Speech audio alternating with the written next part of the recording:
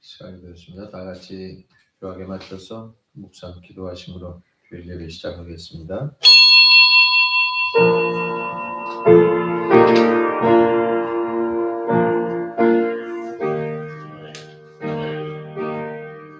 너희는 자기를 위하여 우상을 만들지 말지니 목산이나 주상을 세우지 말며 너희 땅에 조각한 석상을 세우고 그에게 경배하지 말라. 나는 너희 하나님 여호와임이니라.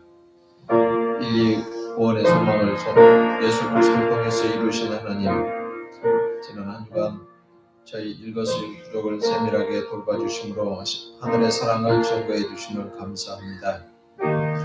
구원의 밝은 빛을 떠나 죄악의 어둠 속을 헤맨 잘못을 용서하옵소서. 신실한 신앙으로 담대하게 세상 사람들에게 증거하는 의로운 빛으로 살기에 너무 미흡했던 것을 고백합니다. 오늘 예배를 통해서 주님의 말씀이 선포될 때 십자가의 능력으로 새롭게 빚어 믿음이 단련되고 주의 형상을 닮게 하여 주옵소서. 예수님의 이름으로 기도하옵나이다. 아멘. 찬송가 85장 찬송하겠습니다.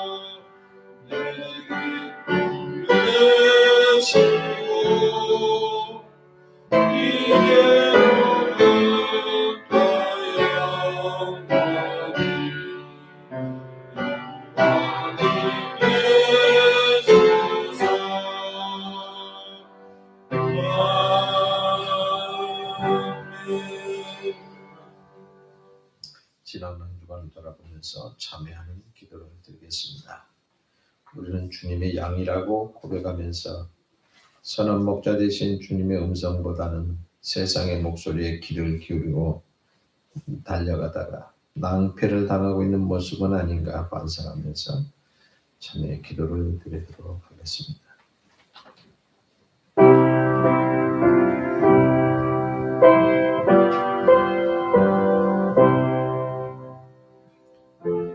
변덕스러운 저희를 용납해 주시고 변함없이 사랑해 주시는 데 감사합니다.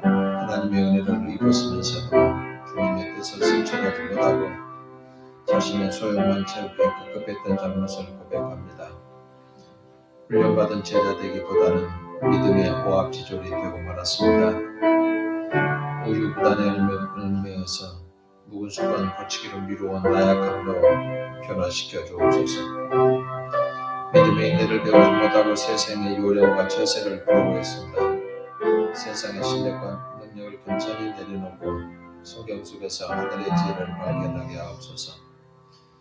고난 앞에서 쓰러지는 썩은 고목이 아니라 반석 같은 믿음으로 승리하는 승리의 기회를 보게 하옵소서. 철없이 부정부리던 어린아이의 신앙을 덮어서 던지고 제게 맡으라고 주신 십자가 지고 가겠습니다. 저희들 미래의 축복의 씨앗으로 주신 겨자씨 같은 소망을 간직하고 활기찬 모습으로 살아가기를 다짐합니다. 주님 위로하여 주옵소서. 예수님 이름으로 기도하옵나이다. 아멘. 찬송가 96장 부르시네. 저는 96장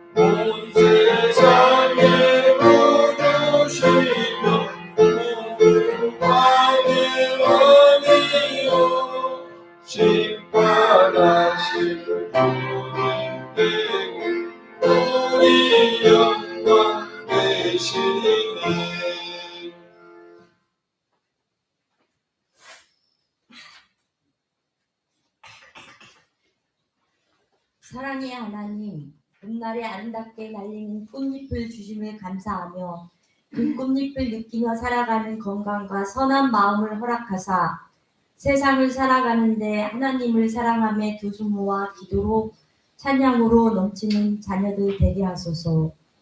십자가의 도가 멸망하는 자들에게는 미련한 것이고 구원을 받은 우리에게는 하나님의 능력이니라.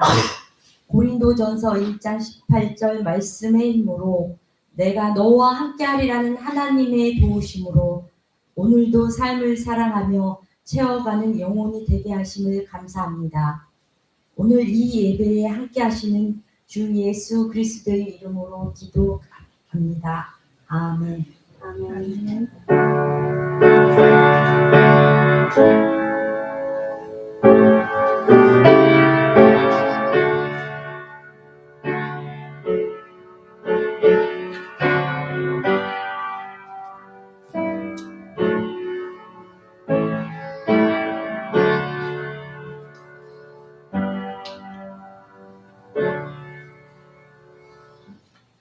네, 오늘 우리에게 주신 하나님의 말씀은 신약성경 요한복음 제10장 7절부터 16절 말씀까지 제가 봉독합니다. 그러므로 예수께서 다시 이르시되 내가 진실로 진실로 너에게 말하노니 나는 양의 문이라. 나보다 먼저 온 자는 다 절도요 강도니 양들이 듣지 아니하였느니라. 내가 문이니 누구든지 나로 말미암아 들어가면 구원을 받고 또는 들어가며 나오며 꼴을 얻으리라.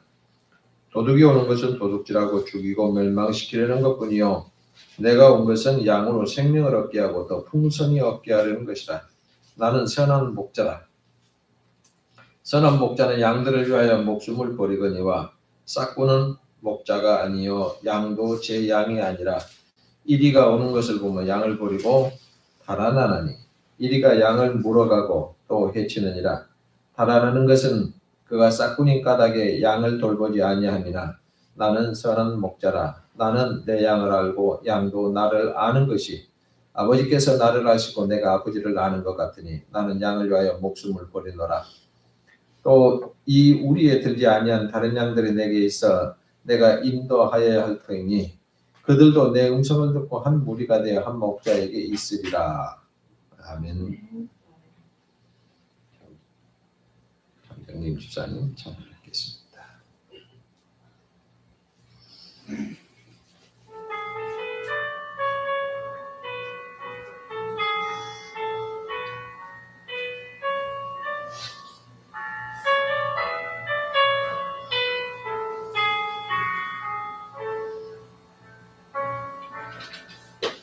나의 안에 걸어 나는 내 하나님이니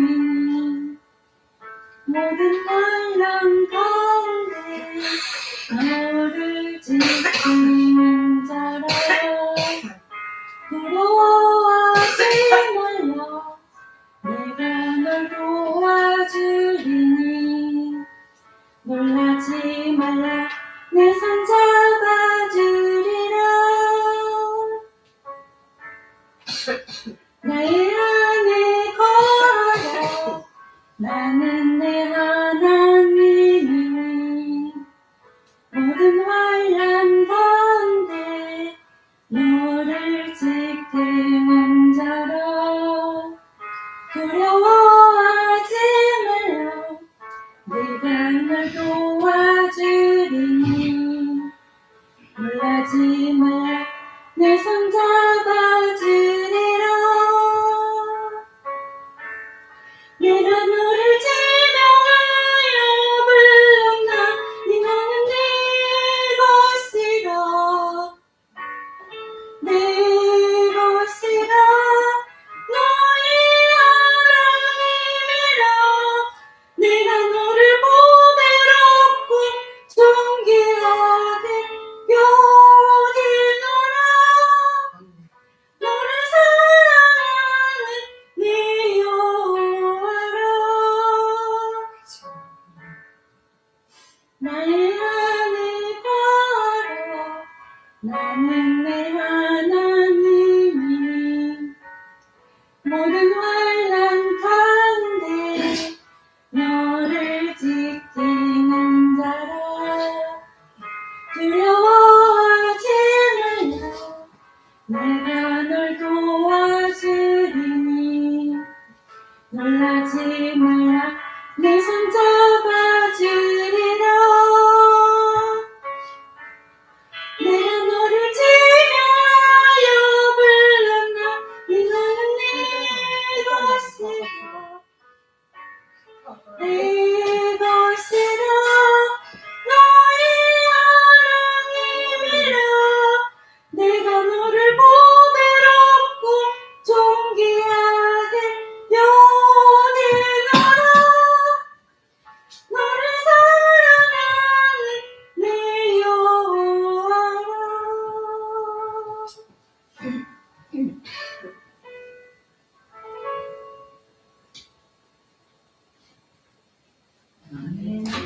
감사합니다.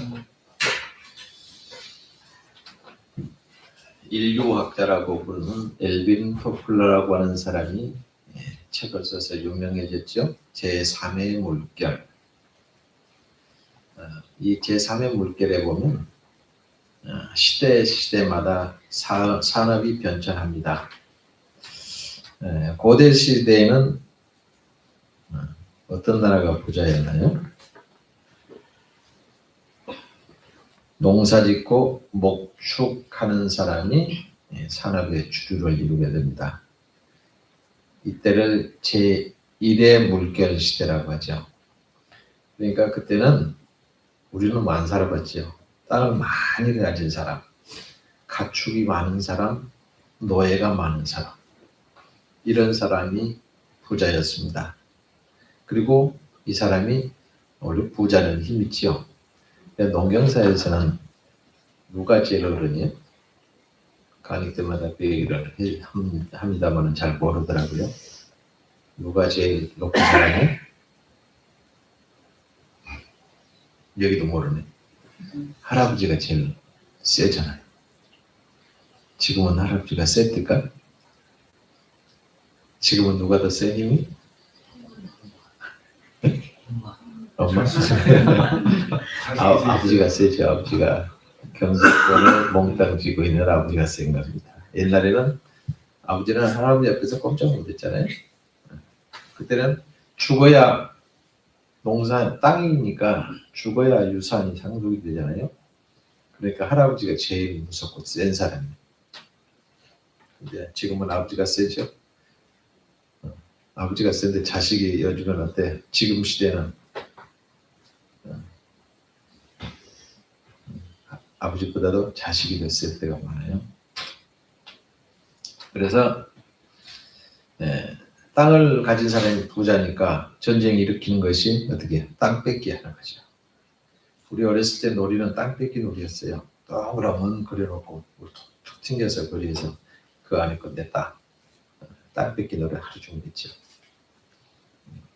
그래서 땅을 찾기 위해서 전쟁이라고 하는 걸 합니다. 또 돈으로 군인들을 다 샀어요. 왕들은 그래서 땅을 많이 뺏어서 농부들에게 다 빌려줍니다. 그리고 나서 군인들을 동원해서 그 땅 다 지켜줘요. 그리고 세금을 받습니다. 이걸 보고 봉건사회라고 아마 했을 겁니다. 그런데 중세 이후로 넘어오면서 상공업이 발달하지요. 이 시대를 제2의 물결 시대라고 분류를 합니다. 이때는 상권을 가지고 있는 사람, 자본의 흐름을 꿰뚫고 움직이는 사람이 부자입니다. 전통적으로 땅을 많이 가진 사람보다는 도시에 가서 장사하고 자본을 많은 자본가들, 상공인들이 힘을 갖습니다. 그래서 이때 힘을 가진 사람들이 이렇다 해서 산업사회라고 그랬죠. 상공업이 발달하니까 기계산업이 발달하게 되고 더 많은 원자재를 차지하기 위해서 강대국들은 전부 다 해외를 눈을 돌리고 무식한 나라 사람들을 다 뺏어버려요. 뺏어서 식민지라고 하는 걸 만듭니다. 우리도 일본의 식민지에 넣을 수 많이 있죠. 그래서 영국은 얼마나 식민지를 많이 가졌던지 해가 지지 않는 나라, 영국. 그 얘기를 아마 다 들으셨을 겁니다. 세계 각국이 영국의 식민지가 되니까 해가 지지를 않아. 영국이라는 나라. 근데 영국은 지금 한참 몰락이 됐죠. 그 시절을 지나고 나서 지금은 뭐가 발달했어요? 정보통신. 엄청나게 발달했습니다. 이때가 제3의 물결 시대라고 하죠. 그래서 누가 어떤 정보를 많이 갖고 있느냐, 그 사람이 부자예요. 그리고 더 많은 정보를 제공해 줄 수 있냐 없냐에 따라서 힘을 그 사람의 힘이 있는 사람입니다. 그래서 안방에서 전 세계를 다 보고요. 동시에 전 세계와 함께 다 대화를 합니다. 누구든지 말할 수 있어요. 우리나라도 그랬죠. 우리나라가 산업이 농업이었죠. 상공업으로 바뀌었죠. 정보통신으로 바뀌었죠. 이렇게 바뀌다 보니까 우리나라 사람이 빨리빨리가 엄청나게 세계 속에서 먹히게 돼서 지금은 세계를 주도하고 있습니다. 그래서 더 잘 살기 위해서 첨단 산업으로 막 가죠. 일론 머스크가요. 몇 년이 지나면 사람들이 아무것도 안 해도 먹고 산답니다. 그런 세대가 온대요. 말하던 소리를 해라. 그러겠지만 그런 세대가 옵니다. 기계가 다 해버리고요. 요즘은 기계가 달리기도 하더라고요. 로봇가 달리기 텔레비에서 많이 보죠. 사람은 한계가 있는데 여러분은 한계가 없어요. 모든 산업도 로봇가 다 해요. 제가 강의를 시작하던 2002년부터 이제 대학에 가서 강의를 시작했는데 그때 제가 이런 얘기를 하면 교수님 이거 사실까요? 그 근데 지금 30년도 안 됐잖아요. 근데 현실화 막 되고 있어요. 그때 제가 상담하면서 그랬지. 사회복지사 따시고 간호사 따 의대 가려고 생각하지 마시고 간호학과 가셔. 예, 의사가 그래도 세겠지. 근데 지금은요, 의사가 처방을 안 해줘도요, 본인이 다 인터넷 들어서 나 어디가 아프다 그러면 뭔 약을 쓰세요. 나오고. 그런 시대가 들어갔습니다. 제가 직장 다닐 때 교육받으러 가니까요, 말로 하면 컴퓨터를 이렇게 칠 필요가 없답니다. 그때는 막 컴퓨터를 쳐서 프로그램을 짜고, 뭐, 코볼 나오고, 포출란 나오고, 그 다음에 이제 P1이 나왔는데, 최신에 막 매년 바뀌어요.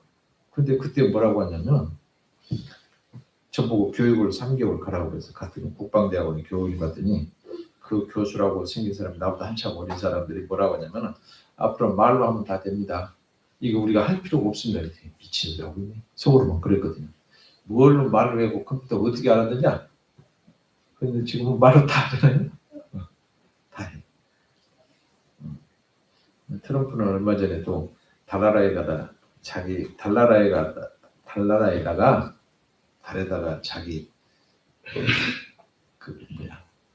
건물을 하나 세우겠대요. 지금 미국에 있는 건물처럼 보다가 하나 세우겠다고 하더라고요. 안 누가 약간 그렇죠. 이렇게 시대가 급격하게 발달을 합니다. 산업사회가 발달하고 사회가 발달하고 돈은 많이 가지면 행복할 것 같죠. 근데 이상하게도 첨단 과학기술이 발전한 나라는 뭐가 가장 많아요? 범죄가 가장 많습니다. 이혼이 엄청나게 늘어납니다. 사람들은 행복하다고 느끼지 못하고 살아요. 누구든지 그런 나라에 사는 사람처럼 한쪽에 허전하다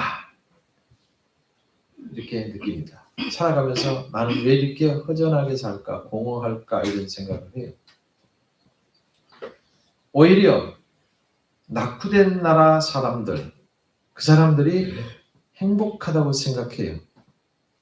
이상하지 않아요?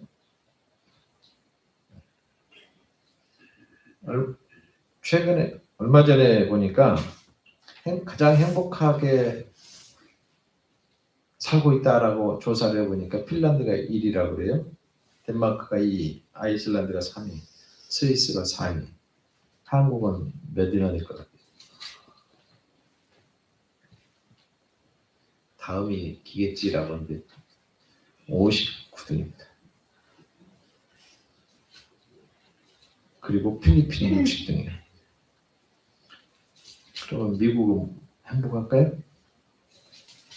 16등, 영국이 17위. 아프리카 가나가요. 꽤 오래된 얘기입니다. 아프리카 가나가 세계에서 가장 행복하다고 그랬어요. 세상에 아프리카 가나는 꼴찌다, 꼴찌. 경제 승리로 따지면 꼴찌야. 그 전에는요, 우리나라가 아프리카 가나 다음에 한국이었습니다. 얼마나 비참했습니까? 이 한국이 세계 경제 꼴찌였는데 갑자기 바뀌어서 불과 50년 만에 세계 10위권으로 쑥 들어왔어요. 그러니까 불가사의라고 합니다. 한국이 선진국에 들어가는 것은 불가사의한 일이다. 모든 나라가 선진국에 들어가기 위해서 열심히 노력하면 중진국에 도착한답니다.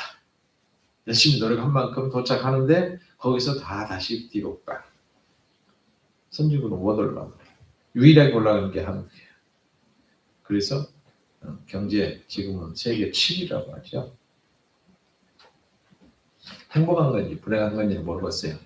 앞으로 갈수록 안 좋은 것은 더 많이 생산된다고 합니다.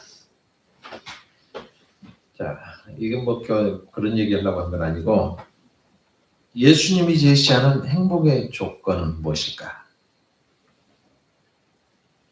돈 많으면 부자고 행복할 줄 알았는데 그것도 아니고 그러면 예수님의 행복한 조건은 문명이 발달한 사회든지 아주 미개한 사회든지 다 똑같아요. 예수님께서 말씀하신 행복의 조건은 사회 발달, 경제 발달보다도 훨씬 근본적인 겁니다. 바로 예수님이 제시하는 행복의 조건은 예수님과 나와의 관계라고 하는 겁니다. 이건 1의 물결, 2의 물결, 3의 물결이 아니라 은혜의 물결이다. 이런 얘기입니다. 은혜의 물결이 사람에게 넘쳐야 비로소 사람이 행복하게 느끼는 행복을 얻을 수가 있다는 겁니다. 따라서 예수님이 행복의 근원, 우리의 행복의 근원이고 그 은혜가 우리의 행복의 물결이라고 하는 겁니다. 오늘 예배 중에 이 은혜의 물결 속에 우리 모두가 다 함께 참여하실 수 있기를 주님의 이름으로 축복합니다. 아멘. 여러분, 불행한 사람이 예수님 만나면 행복해집니다. 불행한 환경이 개선되기도 하고 불행한 요인이 없어지기도 하고 예수님이 복의 근원이심을 알고 믿기 때문에 행복해지는 겁니다. 예수님이 하신 말씀 듣고 예수님을 따르게 되면 행복해져요. 내가 행복을 위해서 애를 쓰는 게 아니라 그 이전에 예수님이 우리에게 복을 주시는 거예요. 그 복이 뭐냐? 영원한 생명이라고 합니다. 예수 믿어 영생 얻는 사람은 행복합니다. 예수님이 우리에게 오신 것은 영생을 주시기 위한 겁니다. 그 예수님께서 오늘 바로 여러분을 오라고 부르신 거예요. 예수님이 당신이 가신 풍성한 은혜를 오라고 한 우리들에게 나누어 주시는 겁니다. 오늘 10절에 보면 뭐라고 합니까? 내가 온 것은 양으로 생명을 얻게 하고 더 풍성히 하게 하려는 것이니라. 그래서 우리는 예수를 믿고 따르는 거예요. 예수님과 함께하면 예수님으로부터 생명의 꼴을 얻습니다. 예수님이 바로 생명의 주인이십니다. 예수님은 당신 자신이 생명이라고 요한복음 14장 6절에 말씀을 하셨어요. 다시 말하면 생명을 얻으라고 우리를 부르시는 거예요. 그래서 예수님이 스스로를 가르쳐서 양의 문이라고 합니다. 양이 들어가고 나가고는 문. 이 문을 드나드는 양은 안전하고 배부르게 살 수 있습니다. 왜 그럴까요? 늘 목자의 보호를 받고 있기 때문입니다. 우리가 예수님만으로 들어가면 거기에 바로 영적인 안전과 영적인 배부름이 있는 겁니다. 그 문 안에 있으면 편안한 안식이 됩니다. 그 문 안에 있으면 내일이 있어요. 새로운 삶을 찾을 수 있는 희망이 있는 겁니다. 문이 되신 예수님이 필요한 모든 것을 공급하고 계시기 때문입니다. 바로 양의 삶을 주장하시는 목자, 그분은 양의 문이 되신 것이죠. 만약 예수님이 아닌 다른 문으로 들어가게 되면 안정과 배부름과 행복이 보장되지를 않습니다. 다른 문은 어떤 문입니까? 강도가 세운 문이요, 도적질하는 문이요, 죽이려고 세운 문이기 때문에 거기 들어가면 죽습니다. 시퍼런 칼이 기다리고 있지요. 그 문으로 들어가는 순간 나를 죽이세요, 목을 내밀고 가는 꼴입니다. 그래서 우리말에 죽으려면 무슨 짓은 못해라고 하죠. 여러분, 어차피 죽을 건데 뭐 그렇게 고생하면서 살아요? 죽으세요, 지금 가서 다. 그러면 여러분 좋아하셔야 되잖아요. 어차피 죽을 텐데 조금 늦게 죽거나 일찍 죽으나 뭔 상관에서 가서 죽으세요. 고생하지 말고. 그러면 그게 진리군요. 그래서 죽으실랍니까? 아니잖아요. 이왕이면 우리는 사는 길을 찾아야 되지 않겠어요? 예수님 외에 다른 어떤 것으로도 근본적인 행복을 얻을 수가 없습니다. 예수님이 스스로 내가 선한 목자다 그랬어요. 목자가 뭡니까? 양을 치는 사람이죠. 양을 키우는 사람. 그런데 사람에게 적용하면 어떻게 돼요? 사람을 바른 길로 인도하는 사람이 지도자죠. 우리는 지도자라고 합니다. 목자라고 안 하고. 따라서 목자는 하나님의 쓰임을 받는 직책이라고 하는 거예요. 지도자는 자기 혼자만의 몸을 건사하는 사람 아닙니다. 다른 사람의 몸을 돌봐주고 세워주는 사람이요. 목자는 자기 몸만 위하지 않습니다. 양들의 삶에 관심을 갖고 있어요. 양들의 삶이 편안하고 더 많이 번식하도록 필요한 환경을 조성하고 돌봐주는 사람이 목자입니다. 여기에 선한 목자라고 했죠. 목자라고 말하지 않고 선한이라고 한 뜻을 살펴보면 흠잡을 데가 없이 타고난 사람, 이 뜻을 갖고 있어요. 이스라엘 백성들은 역사 중에 선한 목자를 잃어버린 적이 있었어요. 백성들의 지도자는 어땠습니까? 자기들의 백성을 위하기보다는 백성들에게서 자기만의 이익을 취하려고 했기 때문이죠. 여러분, 선한 지도자, 못된 지도자 어떻게 구별할까요?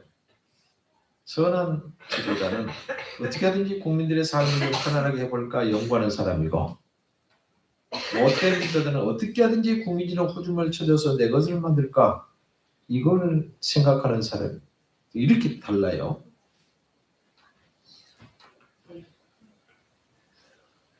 여러분, 왕이 금과 재산을 좋아했습니다. 제사장은 백성들 대신해서 제사해주는 사람 제사장이라고 합니다. 지금 말로 하면 신부나 목사들이겠죠. 그런데 제사장들은 이 제사 드리는 것보다는 돈을 더 사랑했습니다. 예언자는 돈을 받고 축복을 빌어줍니다. 지금도 그런 사람 많잖아요. 기도해주고 돈 받고, 애언 기도해주고 돈 받고, 네가 어떻게 될 것이다. 사람들이 불안하니까 점쟁이 찾아가냐. 꼭 똑같은 거잖아요. 뭘 좀 안다고 하는 사람들 찾아가서 기도하려면 돈 갖고 와서 기도해 주죠. 돈 받고 기도하고. 저보고 그런 거 하라 그러면 당신은 필히 죽을 겁니다. 안 죽을 사람이지? 그런 식의 표현이죠. 당신은 지금보다 더 잘 살 겁니다. 열심히 놀아가면 잘 살 거고, 안 그러면 못 살 거고. 따라서 그 사람들에게서 선함이라고는 찾을 수가 없어요. 악한 사람들이었습니다. 하나님이 에스겔에게 뭐라고 하셨습니까? 그들과 목자들에게 예언하여 이르기를 주 여호와 하나님의 말씀에 자기만 먹이는 이스라엘 목자들은 화 있을진저 목자들의 자기 양을 무리는 양의 무리를 먹이는 것이 마땅하지 아니하냐? 그랬습니다. 목자들이 이렇게 악하다고 하면 양들은 모두 다 맹수의 노략거리가 되고 밥이 될 겁니다. 백성들이 고통을 당하는 것은 모두 죄송합니다마는 지도자들의 목입니다. 지도자 한 사람이 나라와 공동체를 고통으로 몰아넣을 수도 있습니다. 그러나 하나님은 백성들을 버리지 않습니다. 하나님은 그들을 보호하고 바른 길로 인도하고 싶었어요. 하나님이 친히 백성들의 목자가 되었습니다. 나 주 여호와가 말하노라 내가 친히 내 양의 목자가 되고 그것들로 누워 있게 할지라. 여러분 에스겔 34장 15절이에요. 양들이 편안하게 누워 있을 때가 제일 행복하죠. 풀 뜯어 먹을 때 먹고 나서 배부르면 가만히 풀어 누워 있는 게 제일 편해요. 그게 선한 목자가 하는 일이에요.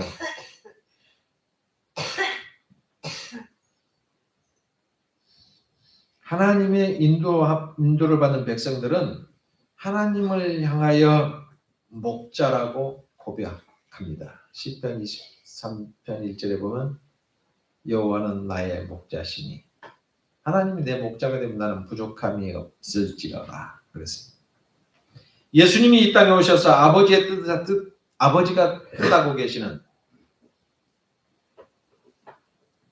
목자의 모습을 그대로 보여주셨습니다.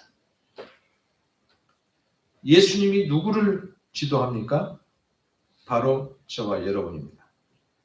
우리들이 선한 목자 되신 예수님의 인도함을 받게 되는 거예요. 예수님은 어떤 목자입니까? 목숨을 버리시는 목자라고 했어요. 이스라엘 백성들은 목자 없는 양 같은 양처럼 방황하던 때가 있었어요. 악한 목자가 이때 있었다면 이 백성들은 목자 없이 방황하는 것보다 더 고통받습니다. 미가야 선지자가 아합 왕에게 이스라엘 백성들에 대해서 이렇게 얘기합니다. 저가 가로되 내가 보니 온 이스라엘이 목자 없는 양같이 산에 흩어졌는데 여호와의 말씀이 무리가 주인이 없으니 각각 평안히 그 집으로 돌아갈 것이니라 하셨나이다. 여러분, 못된 짓 하는 목사는 없는 편이 더 낫습니다. 그런데 하나님은 목자 없는 양, 참된 지도자가 없는 백성들에게 참 목자를 지도자로 허락하십니다. 누구를 줬어요? 내가 한 목자를 그들 위에 세워 먹이게 하리니 그는 내 종 다윗이라. 그가 그들을 먹이고 그들의 목자가 될지니라. 에스겔서 34장 32절 같습니다. 다윗이 먼저 하나님 앞에 불량 선지자였습니까? 신실했습니다. 그리고 하나님의 말씀에 철저하게 복종했습니다. 이렇게 다윗이 하나님에 의해서 이스라엘 목자로 세워집니다. 이스라엘은 하나님 앞으로 바로 이끌라 이 사명을 받고 목자가 됐어요. 바로 지도자의 사명은 백성들을 하나님께로 이끌어가는 겁니다. 기본적으로 양을 지키는 사람이 목자죠. 맹수가 양을 잡아먹으려고 공격할 때 이 목자는 어떻게 해야 돼요? 에라 모르겠다 나 살려라. 도망가면 그건 싹군이죠. 싸웁니다. 양들을 못 잡아가게. 목자가 싸우려고 하면 맹수하고 싸우려고 하면 어떻게 됩니까? 자기가 죽을 수도 있고 자기가 다칠 수 있어요.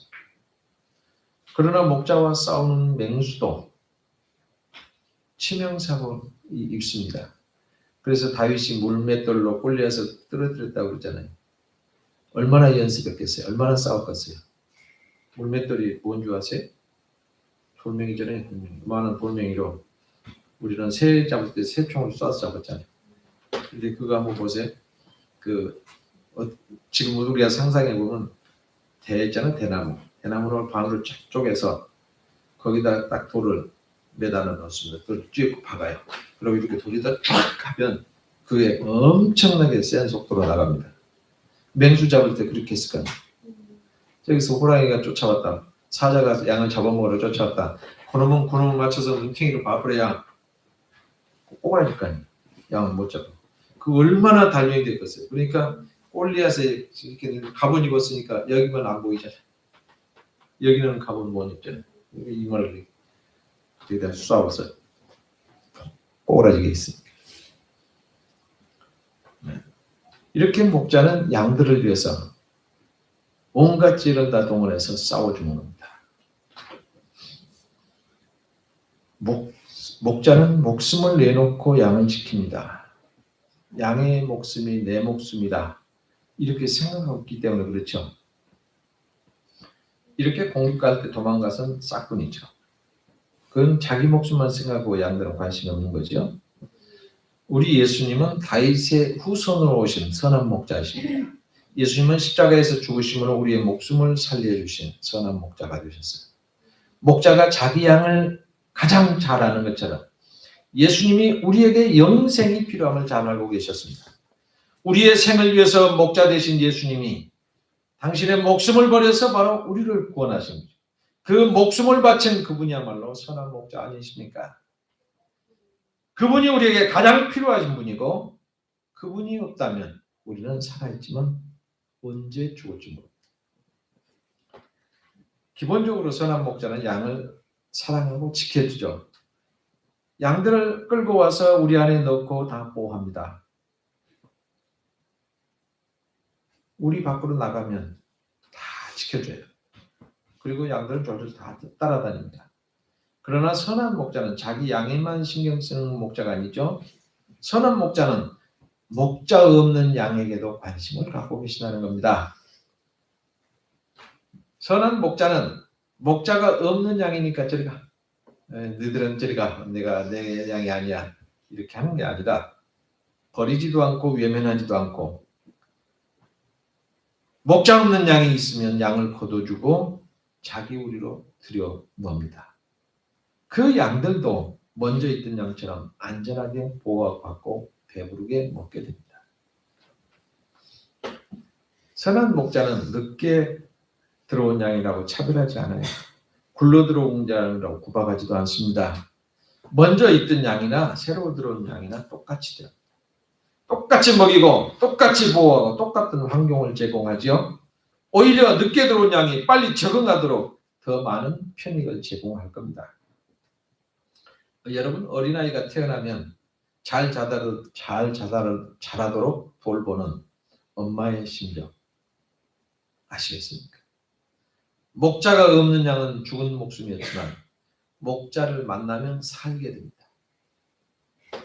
그 음성을 듣는 사람이 예수님께 나오는 거예요. 예수님께 오면 죽은 목숨이 살아난 겁니다. 죽은 자들이 하나님의 아들의 음성을 들을 때가 오나니 곧 이때라 듣는 자는 살아나리라. 요한복음 5장 25절 말씀. 죽은 줄로 알았던 사람이 예수님의 은혜로 살아납니다. 그리고 예수님의 은혜로 살아갑니다. 목자의 음성이 더 많은 양에게 들리고 목장은 더 넓어졌습니다. 지금도 예수님의 목장이 넓어지고 그 목장에서 행복을 누리는 양이 많아지기를 원하고 계신다는 겁니다. 그래서 우리가 전도하고 알려주고 같이 하자고 합니다. 예수님께서는 생명을 구하기 위해서 사탄과 싸우셨고 이기기 위해서 지셨고 부활하기 위해서 죽으셨습니다. 어둠이 빛을 이기지 못하고 거짓이 진리를 이기지 못하는 겁니다. 예수님은 십자가의 죽음으로 생명만 우리에게 주신 것이 아니라 진리로 사는 방법까지 주신 겁니다. 바로 이것이 풍성한 축복의 삶이기 때문입니다.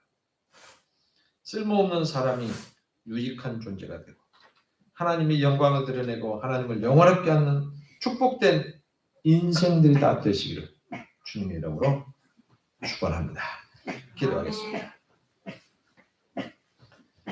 의심 많은 저희에게 믿음 주시는 하나님, 저희들 삶의 터전에 성전을 세워주시고 낮에는 구름기둥으로 밤에는 불기둥으로 인도하여 주시는 은혜 감사드립니다. 교회와 가정을 영적인 수송로로 연결해 주시고 언제나 풍성한 하늘의 축복을 공급해 주심을 누리고 있습니다. 저희 모두가 다 육신의 질병으로 고통당하는 이웃의 손을 잡고 기도하게 하시며 믿음의 기도 속에 임재하셔서 무너진 육신과 영혼을 치유하고 주님을 예배하는 인생을 살아가게 도와주옵소서. 주님의 부르심을 받았으나 믿음의 탄력 잃은 자녀가 있습니까? 마음이 느슨해져 헌신의 기쁨보다는 무거운 발걸음으로 의무적인 행보만 유지하고 있습니까? 주님, 소멸한 열정을 용서해 주시고 사명의 불꽃을 다시 한번 태워 주옵소서. 우리나라의 경제적 활성화를 회복시켜 주시고 주어주신 물질 축복을 사치와 방탕으로 허비하지 않게 하시며 선교의 보루를 세워가게 하옵소서. 구원의 기쁜 소식이 복음을 듣지 못해 멸망하는 슬픔을 긍휼히 여겨 주옵소서. 날마다 복음의 감격으로 건강이 부족한 사람들에게 치유되는 역사가 속히 임하게 하여 주옵소서. 예수님 이름으로 기도하옵나이다. 아멘.